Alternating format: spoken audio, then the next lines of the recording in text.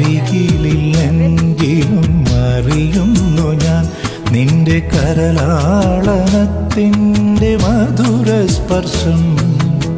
അകലെയാണെങ്കിലും കേൾക്കുന്നു ഞാൻ നിന്റെ ദിവ്യാനുരാഗത്തിൻ ഹൃദയസ്പന്ദം.